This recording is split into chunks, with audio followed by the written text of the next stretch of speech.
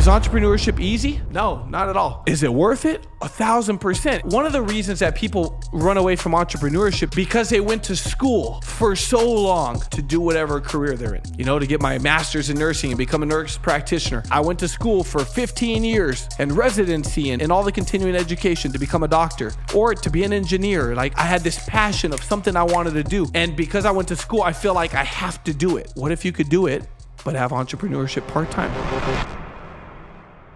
I read a recent article. It was a study. It said nearly 50% of Americans have a side hustle, and that number is growing every single year. What's more fascinating about that is that those who engage in part-time entrepreneurship every year, it says, those who engage in part-time entrepreneurship are not only supplementing and adding more money into their income, but they're experiencing greater job satisfaction and financial stability. So today, here's what we're going to talk about. Why I believe every single person should have some sort of entrepreneurship in their life, even if it's just part-time. This is episode 3 of season 4. And I'm excited to be here with you guys. We're going to be talking about looking at entrepreneurship. How do I start an entrepreneurship, even if it's part-time? Even if I love my career, I've got a full-time job, I went to med school, I don't want to walk away from being a doctor. But what are the benefits of having entrepreneurship in your life? And when I started in business in April of 2011, I was not an entrepreneur. I was an employee. I had a job at the fire department. I was working on an ambulance. Ronnie was not an entrepreneur. She was working as a school psychologist. In fact, at that time, she was finishing her master's degree and working as a psychologist. And neither one of us had a background in entrepreneurship. And we have learned so much over the last 13 years. And I've seen so many people start in entrepreneurship, even if it was part-time. People that are full-time, nurses, doctors, teachers, law enforcement, military, professional athletes, engineers, retail workers, you name it, every single industry. Some who really love and they're passionate about their careers and others who aren't. And so we're going to talk about that. But episode 4, first off, or 3, I want to thank you guys. Episode 3, I want to thank you guys for all the support. We've gotten so much feedback on the first 2 episodes, all positive. We're looking for some thumbs down. Just kidding. But no, I mean, just so much feedback, and we appreciate all the support. We appreciate every single share. It's crazy and cool watching you guys take a picture in your living room. Like, I don't really necessarily like the way I sound on the microphone, but seeing it on a big screen is crazy. And just all the support through the years of the podcast has been amazing. So let's dive in. Let's talk about a couple key things, because last episode we talked about how to dive into something new, like how to go all in on something new. And if you're looking at entrepreneurship and you have a job, today, 50% nearly of all Americans have some sort of a side hustle. Whether they're selling real estate, they're selling candles, they're selling energy drinks, they're selling insurance, they're doing, I don't know. Just like one of these network marketing companies that are out there. Nearly 50% of Americans, that's a ton. When I started in business in 2011, entrepreneurship wasn't cool necessarily like it is today. It wasn't trending on social media. Social media, the way that it is today, did not exist in 2011. You weren't going on hashtag side hustle and scrolling through the popular explore page and look at what everybody's doing. Like that stuff wasn't there. When I dove into business as an unexperienced 21-year-old, I didn't really have the internet as a resource like it is now. There wasn't YouTube videos on how to be great in sales or how to be a great recruiter. There wasn't podcasts like this. In fact, I don't even know if podcasts existed in 2011, but it wasn't like it is today where you could go on and find a podcast on how to be a great recruiter, how to network. Like it would just, the resources as they are today are different than they were 13, 14 years ago. And it's so good. It's so good. But this episode's about why should you explore entrepreneurship? Because I'm going to start off by making a bold statement that I believe every single person should have some sort of entrepreneurship in their life, no matter how satisfied and how happy you are in your career. I believe you should have some sort of entrepreneurship in your life.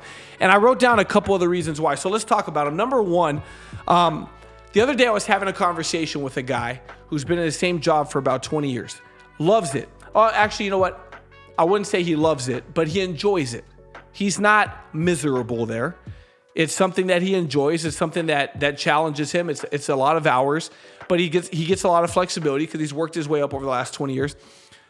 But we were having a conversation over lunch, and he said to me, you know, I'm just at a point now where I've kind of hit a ceiling. I asked for a raise.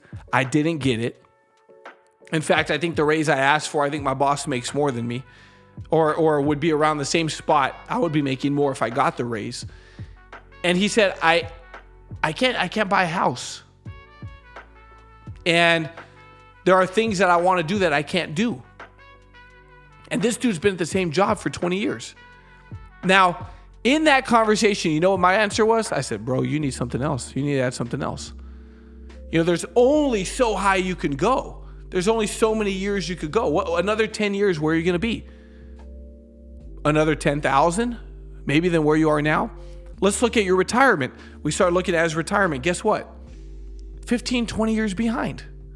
Why? There's not enough money in there. Contributions aren't high enough. The match isn't high enough. The stock market hasn't been great enough the whole time he's been in there. Like, there's so many factors.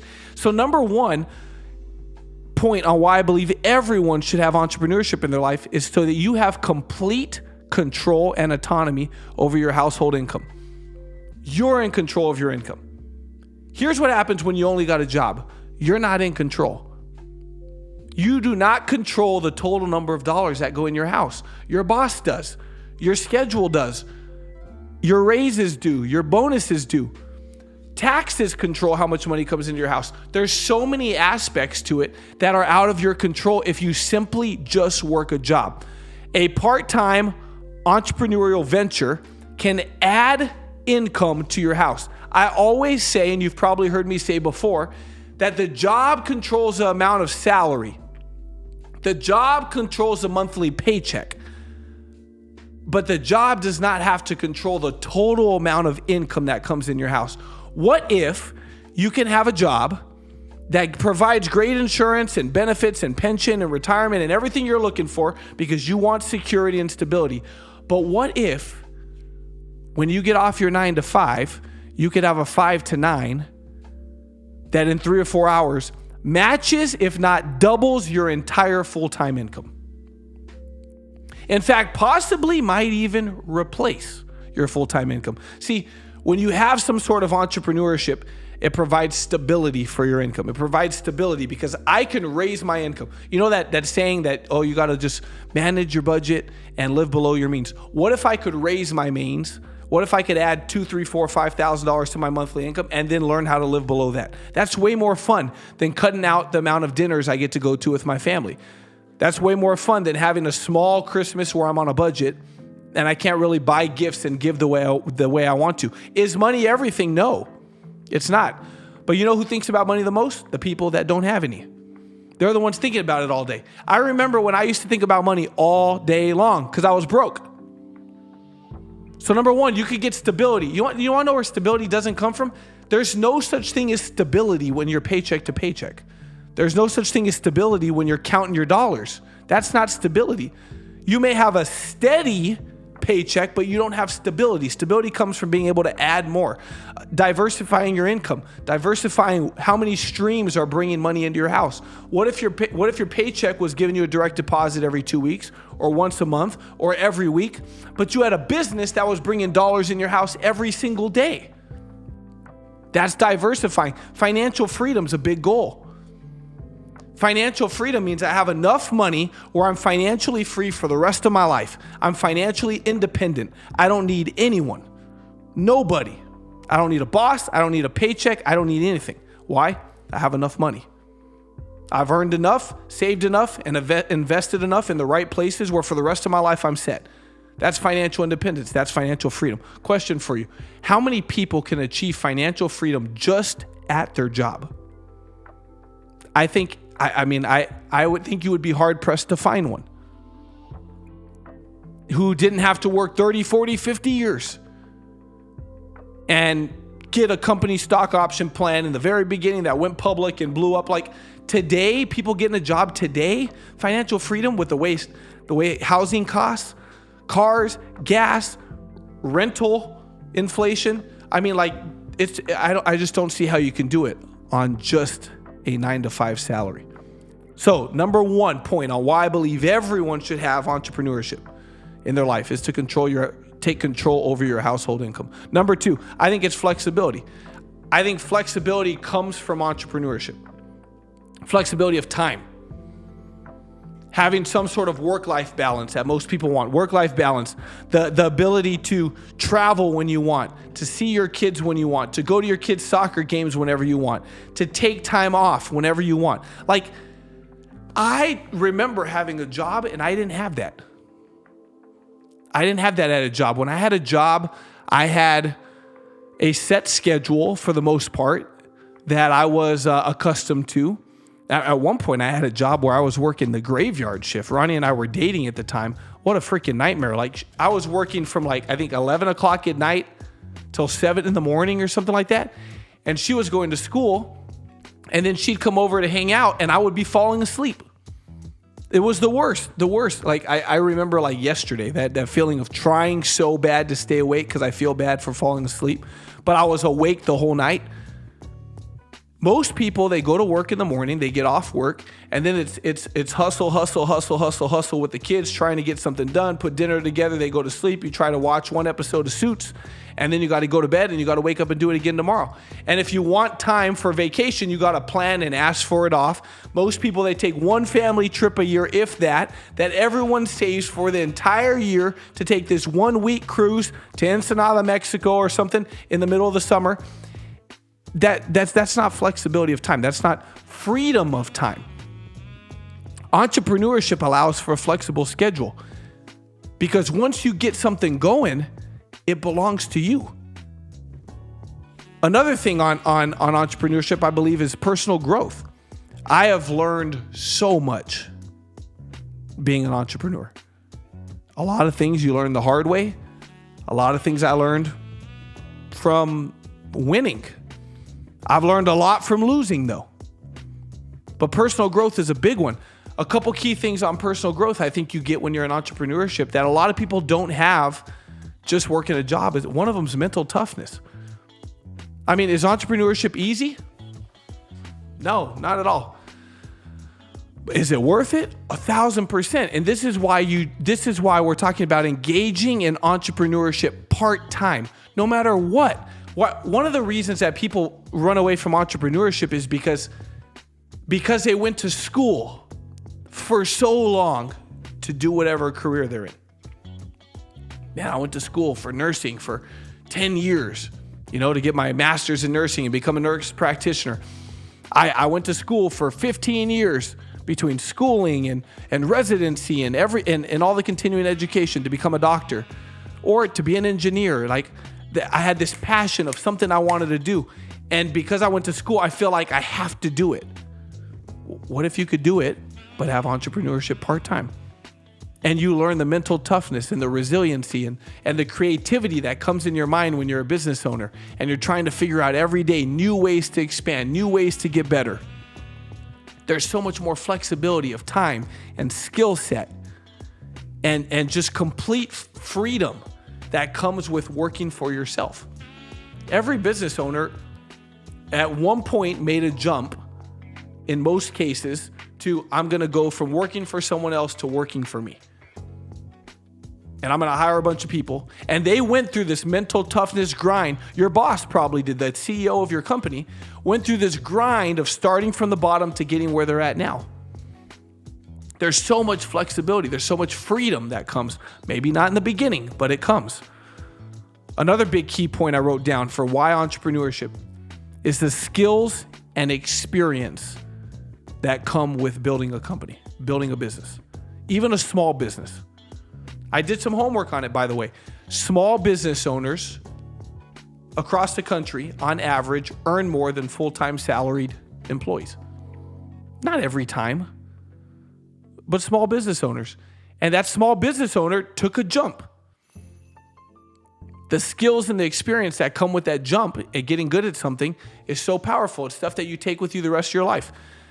You learn how to think differently. That was one of the biggest ones for me, is thinking. It's one of the biggest skills that come from the experience of business. I remember in the very beginning, I was walking around in the office when I got recruited. Walking around in the office. I was the youngest one in the office. I was super unqualified. I was broke. I was probably 22 at this point. It's a couple months into the game. And I remember from a mental toughness standpoint going like, man, I got to make some money. Like, I'm cutting it close. I'm running out of time. But I was so fired up. I refused to go back to my job. My job had already laid me off. It was perfect. It was perfect timing. God literally did me a favor. And I remember thinking, in fact, I was telling my buddy, I said, bro, I'm running out of time, man. Like, Ronnie's carrying all the weight. Ronnie's paying all the bills. I got to do something. I think I'm going to get a job. And he's like, get a job? You're going to get a job? Doing what? His name was Fabian.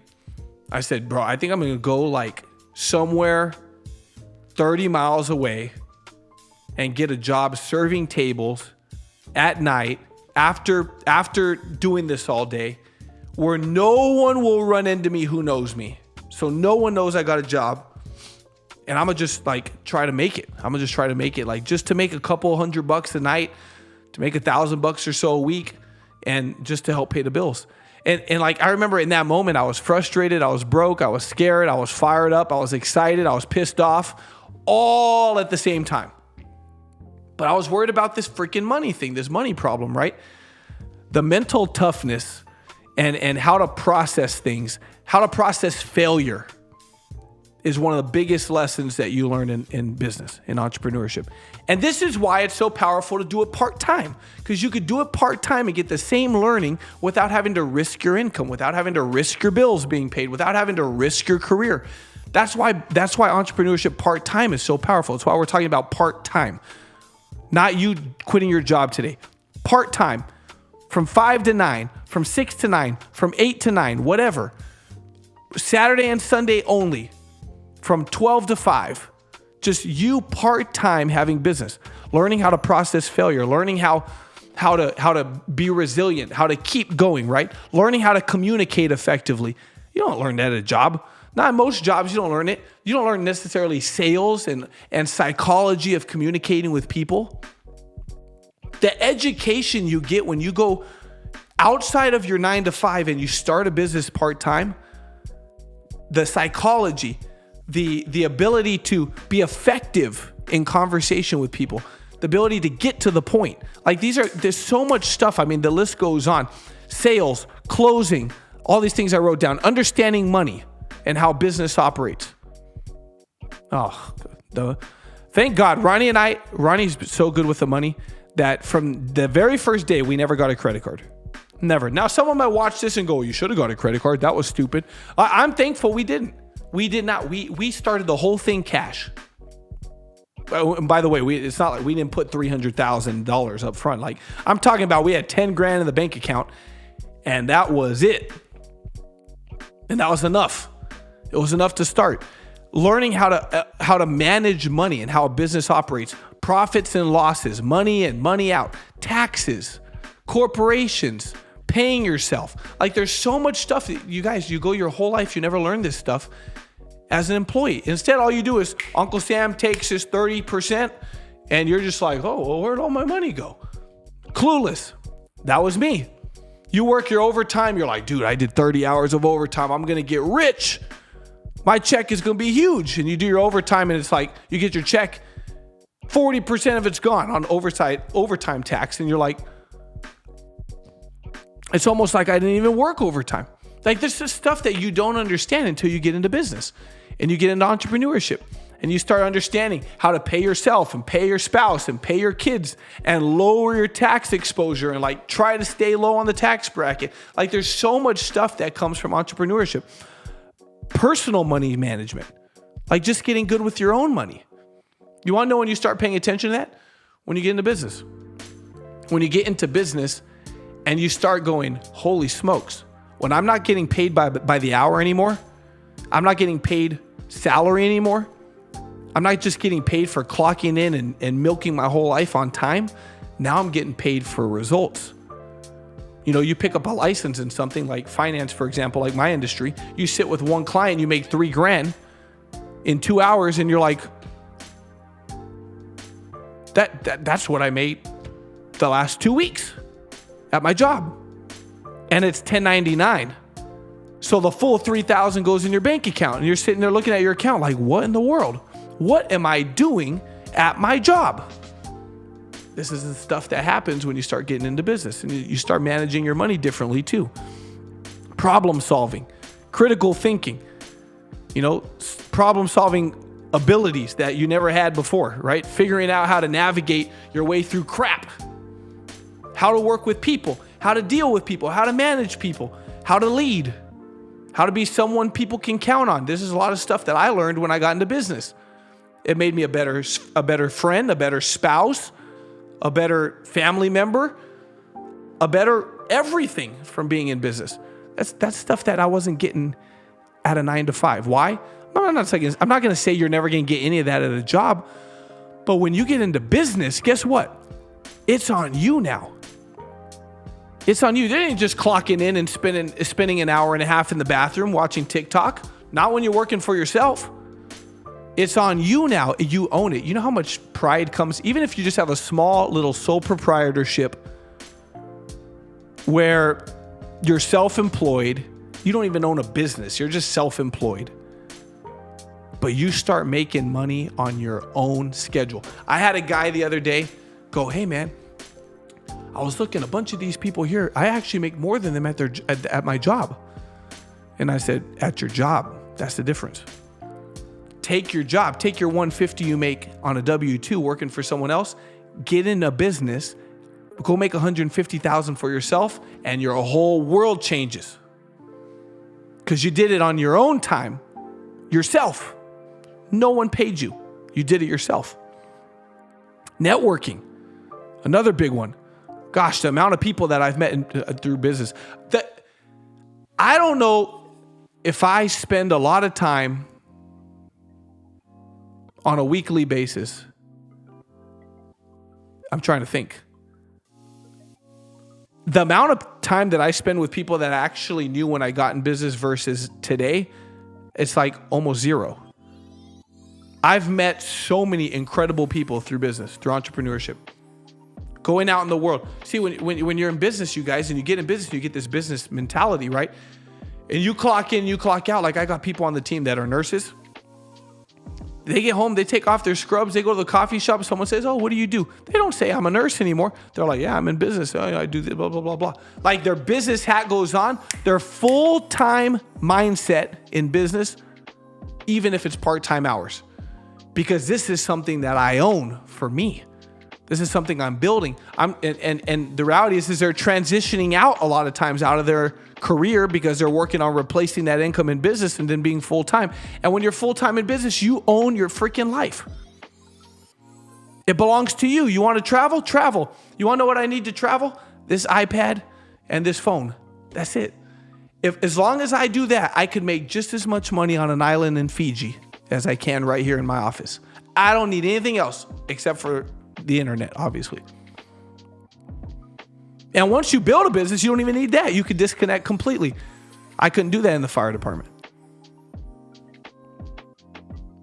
Let's talk about the last point. The potential for growth. The potential for growth. Scalability is what I'm talking about here. Scalability. What's scalability? Scalability. Let's see if I can pull a definition for it. Scalability says, the property of a system to handle a growing amount of work. Scalability, the capacity to be changed in size. Scalability, the ability to grow, to continue to get bigger. That's scalability. You want to know what I didn't have at a job? You want to know what my buddy that I was talking to earlier didn't have at his job? Where was your income 5 years ago at your job versus where it is today? Where was your income 10 years ago? I got a girl on my team. Her name's Randy. She's a nurse practitioner. I said, what were you making 5 years ago versus what you make today? Almost the same thing. Her sister's an occupational therapist. Both of them have master's degrees. Brittany has a master's from USC. I said, what was your income 10 years ago versus what it is today?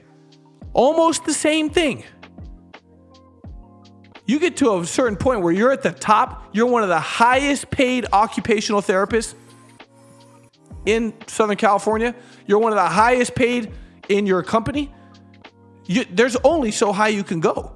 So what if you get there, you reach the highest point, and you're 30, 35 years old, 37 years old, 38 years old. What are you going to do then? That means at 40, at 42, at 43, at 45, you may get a little increase with inflation, but that's it. There's no more scalability. A lot of you guys, you may be watching this. You've been at your same spot. You know you're at the top. You can't get any higher. Now what are you going to do? You're going to spend the rest of your life making the same damn paycheck you're making right now? Plus inflation? That's it? Scalability comes from entrepreneurship. If I go back 12 months ago, I was making $150,000 less than I am today. 12 months before that, I was making $150,000 less than I was making then. My income's gone up $100,000 to maybe even $150,000, $200,000 every year for the last couple of years. That's scalability. Scalability. How can you scale with a part-time business? Man, big time. Because when you're in business, you're not getting paid for the part-time hours. You're getting paid for the effectiveness of getting results in those hours you're working. Whether you work 4 hours or you work 20 hours, it doesn't matter. Some people part-time in my industry that work within my company, part-time make more money than the full-time people do. I've got part-time people making 6 figures income. Why? They're more effective with their time. They have less time, so they use it better. Scalability is huge. Over and over again, people come in business and they start part-time and they replace their full-time income on part-time hours, and they have the same thought. If I can do this, if I could make 50 to 60 grand a year part-time, what in the world could I do full-time? And that's scalability. That's why I love business. That's why I love entrepreneurship. You have 100% control of your income. And there's no upside cap when you're in business. There's only an upside cap when you have a job, because if I ask for a raise, that means the boss is making less money because now he's got to pay me more. Having something for yourself is so powerful. All right, as we finish up, let's summarize real quick. Control of your income, the skills you learn, the potential for growth, flexibility. Listen, no matter what you do, I don't care how much you love your career, I don't care what you do for a living, this has nothing to do with anything.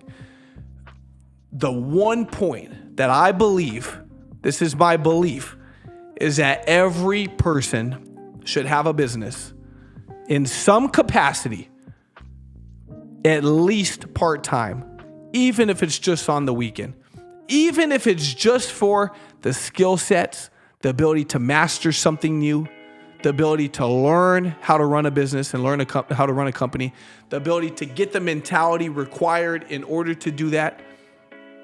And the upside potential is limitless. It's absolutely limitless. No matter what. There's no cap on anything you could do. Even if you're making t-shirts, there are people on Etsy. I do the math. I go look at how many reviews they've had. 25,000 reviews. And those are just the people who left reviews. I look at the average cost of their t-shirt, right? Because it's by product, it's not by store. So like this one shirt I saw the other day has 24,000 reviews at 5 stars, and she sells it for $34. That's 816 grand. That Etsy person did in revenue on one freaking t-shirt. There's a really good chance that person started part-time and might still be part-time. Doesn't matter what you're doing, just some sort of entrepreneurship, some sort of business that could add something to your life. And I will just top that off and end by saying that I believe everyone specifically should spend at least 12 to 24 months in some capacity at some point in their life working in finance and becoming a master and an expert of money. If for nothing else, just the education for you and your family. All right, you guys, as we finish up, I want to thank you so much for your time that you spend listening to our show and our podcast. Thanks as always to our producer.